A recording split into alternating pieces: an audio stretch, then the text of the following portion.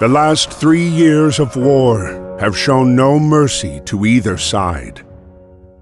The bitter fighting continues across Europe over land, sea, and air, leaving behind mountains of casualties and many more broken souls. The United States till now had remained neutral, but the mounting economic pressure and the return of Germany to unrestricted submarine warfare finally awakes the sleeping giant. On April 6, 1917, the United States declares war on Germany. Within months of the declaration, the U.S. Army launched the first universal draft. And despite enduring segregation in their own country, over 360,000 African Americans enlist, eager to show their patriotism, in hopes of returning home as heroes. James is one of these men.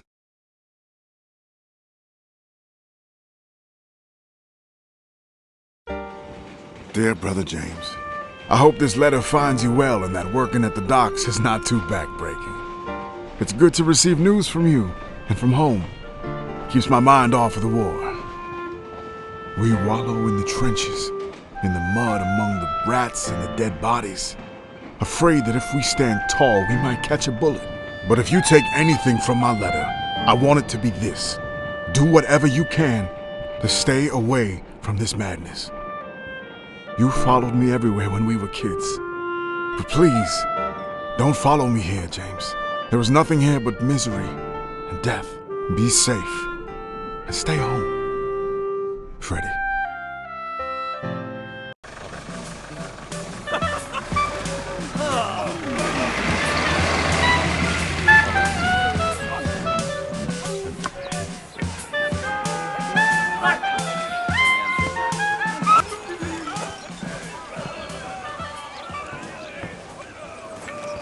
No.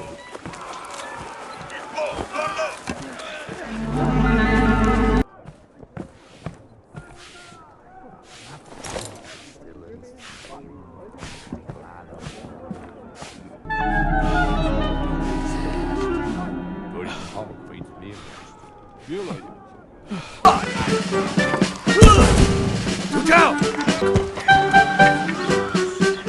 Hop, hop, hop! Hop, hop, hop! Hook! Look out!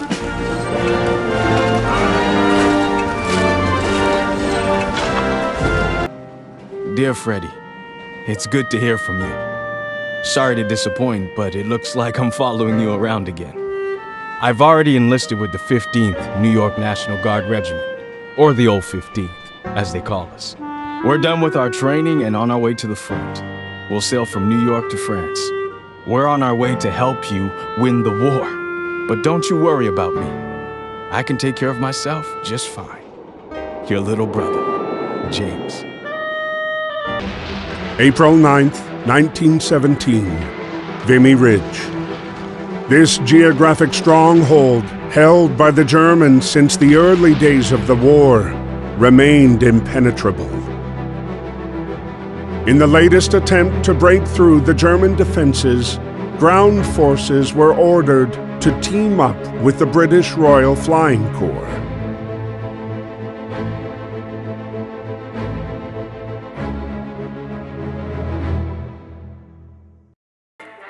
Before launching the attack, the soldiers were given a moment to write to their loved ones.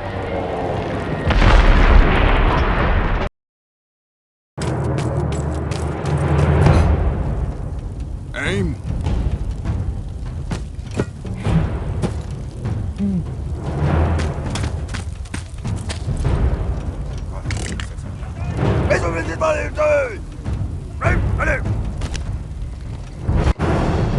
Interrupted by George's unconventional landing, Freddie soon learned that his unit was going to take part in the operation and be paired up with the peculiar British pilot, now grounded and without a plane to fly. 10 hut! Oh! Ready?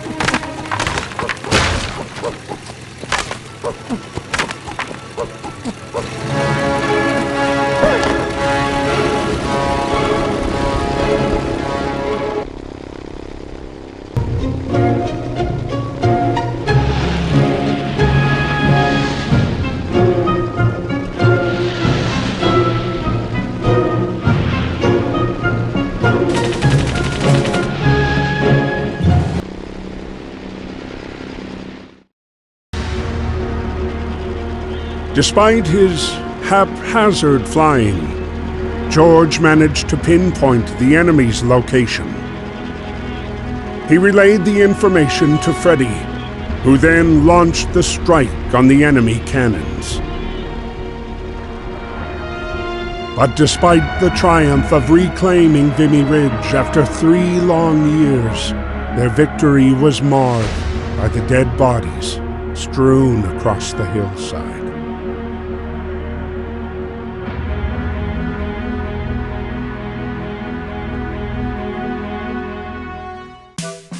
While Europe was torn apart by war, the U.S. had begun a massive mobilization in what many believed could permanently change the tide of the war. Aboard the USS Pocahontas was a racially segregated unit, the Old 15th, made up almost entirely of African American soldiers. These men were sailing to Europe, ready to put their lives on the line, to prove their love for a country that didn't always love them back. Dear Freddy, we're on our way to France. This is our first night at sea. But don't worry, me and the boys are ready. Speaking of the fellas, I lucked out and I'm getting on good with a fine bunch of them. There's Fidgety Lang Edwards, who never puts down his drumsticks. Jack Harris, our medic from Chicago. Joey Brass is from Harlem and plays a mean banjo. And Chef Caldwell is always cooking up stuff for us. We just have to make sure to get served before B.B. Johnson. Great guy, but he can really put it away. Well, I gotta go now. Practice is about to start and there's no jazz band without a clarinet. Stay safe. We'll see each other soon. Your brother, James.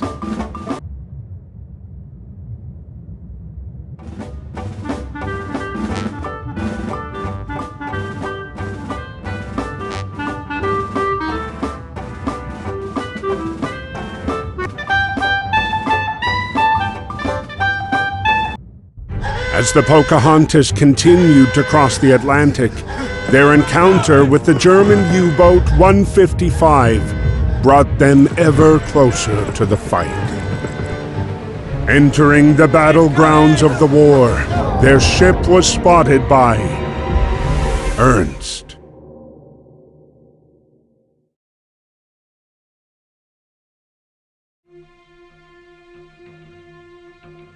May 31st, 1916. On land, the conflict was bogged down in trench warfare. Neither the Allies nor the Central Powers were able to make significant gains. At sea, Allied forces dominated Germany with a crippling blockade. Determined to stay away from the war, Ernst escaped to the solitude offered by the depths of the sea. It was here below the surface that he scavenged, hoping to eke out a living.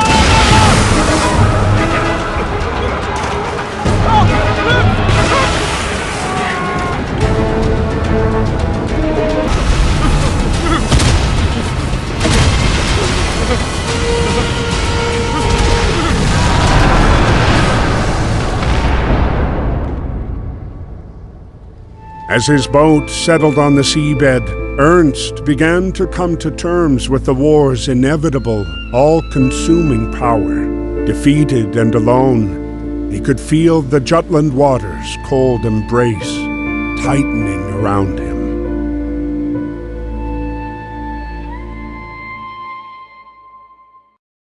Stranded for hours in the aftermath of the Battle of Jutland, Ernst was starting to feel his grip slip away.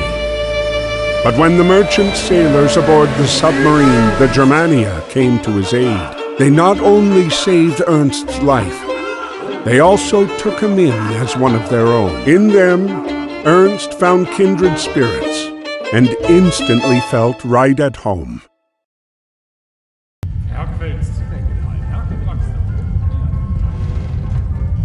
But even at home, you have to carry your weight.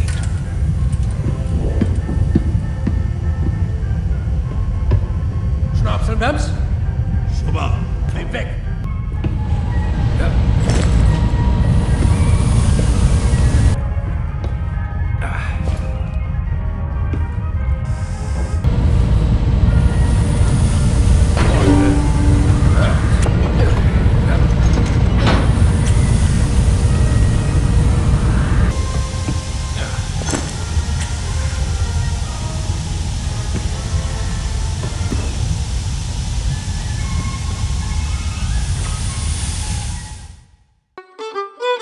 (1916).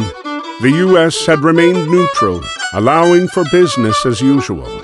Despite trade blockades, the few merchant submersibles in existence, like the Germania, were still able to trade with them.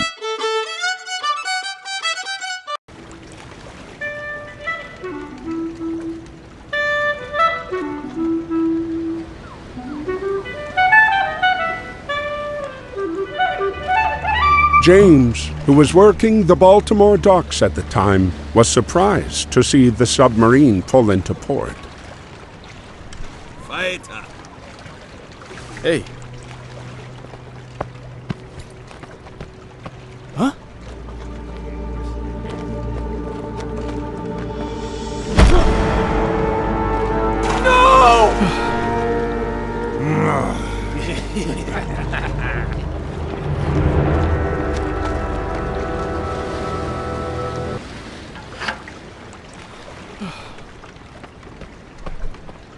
Wait this!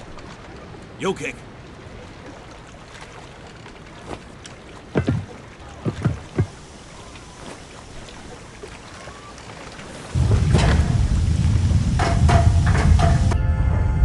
Alles klar.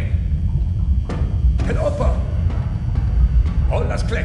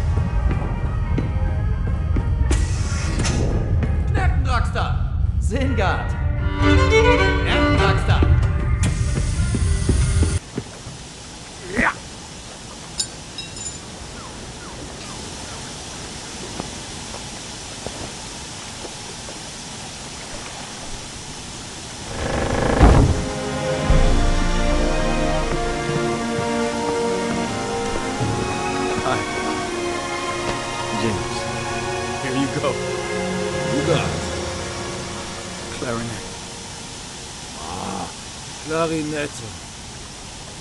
Alles klar.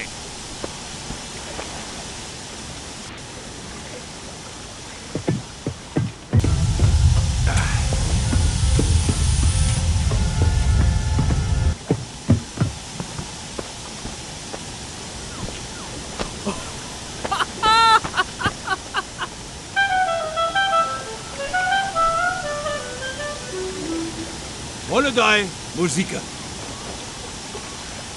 Yes.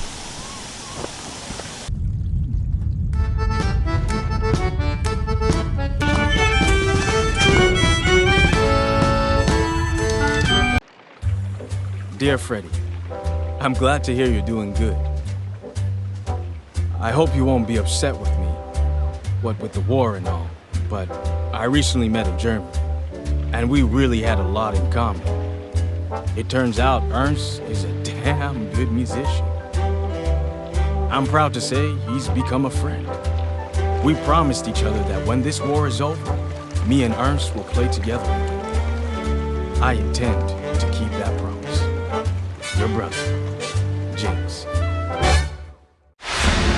The Germania's voyage was a commercial success, and her crew returned eager for their next trade. But their triumphant return was interrupted by the German Imperial Navy. As the sole German national aboard, Ernst was conscripted to fight. The submarine, too.